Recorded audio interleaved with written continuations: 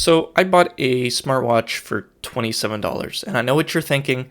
Why would I do that? It's got to be trash, right? And it wasn't actually all that bad. In fact, for the price that I paid, I was pleasantly surprised. So I got the smartwatch by a company called Deeprio, and I stumbled upon it on some Amazon sales. And at the time of purchasing it, it was around $21. Now it's $27, as you can see here. If you're curious what it is by the time you're watching this, I'll have it linked in the description. But the only reason I purchased this, honestly, was just to review it. I figured I could review it, use it for a week, and after I review it, sell it on eBay and try to make some of my money back. And I probably do intend on doing that. Not because the watch itself is unusable, but really, I'm not a big wearable technology fan. That's why I've never actually owned any smartwatch before in my life. So I don't really have a baseline. This is the first one I've ever bought. I was never interested in an Apple Watch. For me, watches are more of a fashion/jewelry piece, and I'd rather just own a physical watch than technology version of it. In the title itself, it says quick text reply, 24/7 heart rate, blood, oxygen, stress, and sleep monitor, and it is completely waterproof. The packaging, it was actually really small. I was expecting a bigger box, and I guess when we open it, we'll see why it was so small. As it indicated here on the back, all that's in this box is the smartwatch, a charging cable, and 2 straps. The charging cable is pretty sweet. I imagine this is what the Apple Watch uses, some kind of technology like this where it magnetically attaches itself to the back of the smartwatch and charges it that way. The strap's pretty easy to take on and take off, but here's the star of the show.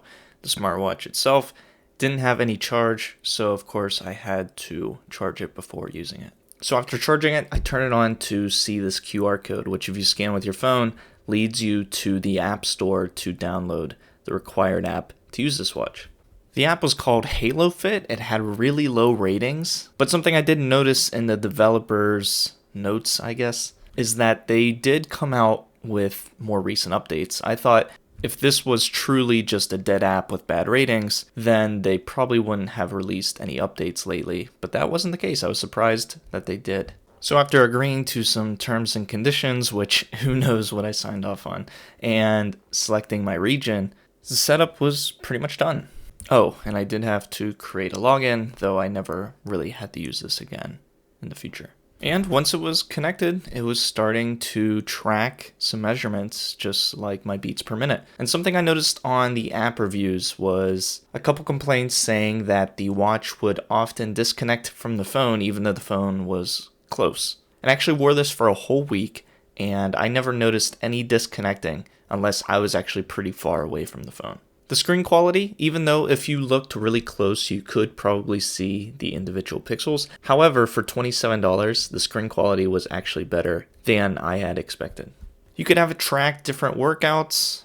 I actually went for a walk and I had it track. And what was really cool is in the app on the phone, it created a map with a line showing where you had walked and different metrics like the amount of time it took, total mileage, etc. So the first morning after wearing it the whole night before, I went ahead and checked out some of the metrics. And one that I was actually really interested in was the sleep tracking. And it was really cool. It actually showed you what was considered light sleep, how much time you got deep sleep, and REM sleep.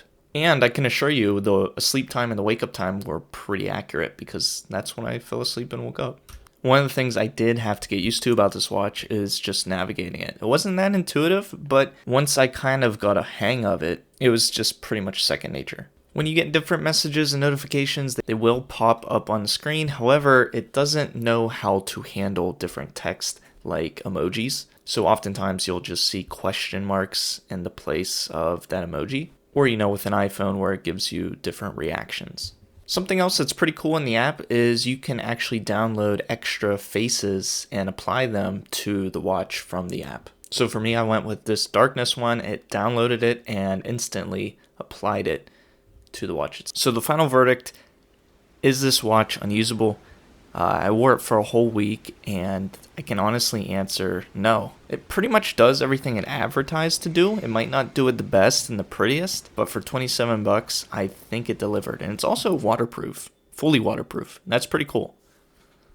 I think if you're wanting something really high quality, I would still go with something, I guess, like an Apple Watch. But if you're like me and you just want something to track a few things and not do much more, perhaps something cheap like this is a good alternative and to save some money. Battery time, it lasted probably 5 days straight on a charge, and that's with me constantly turning on the screen and looking at things just because I am reviewing it. But yeah, if someone said, hey, I don't really want an Apple Watch, I don't want to spend too much on it, I'd rather have something cheap just that measures different activity like steps and beats per minute and my sleep and all these things, I could probably recommend something like this.